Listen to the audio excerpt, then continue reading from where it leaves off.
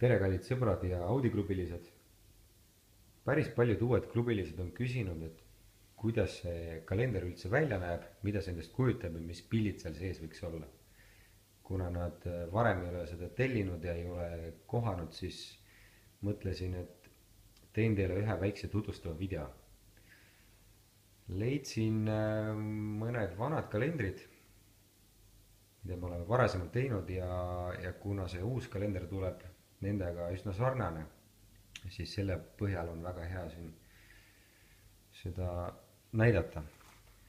Kalender on päris suur, A3 suuruses, et võrdleme kas või tavalise panga või krediitkaardiga või kliendikaardiga, et ta annab nagu aimu, mis see mõõt võiks olla. Seinale pannes ei teki probleemi, et jääb liiga väikseks, on igati hea suuruses.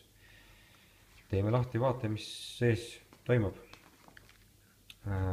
Sees on pildid üle terve lehe ja nurgas on kuupäevad, mis on täiesti loetavad ka kaugelt. Nii et saab seda isegi täiesti vabalt ka kalendrina kasutada. Ja pildid on igati kvaliteetsed, iga aastaga on läinud paremaks.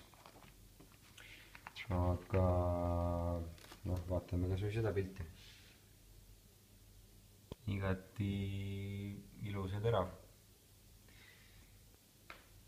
Ja trükid on nad väga kvaliteetsel heal paberil. Paber on päris paks. Ei kaardu, kui seina peal ripub.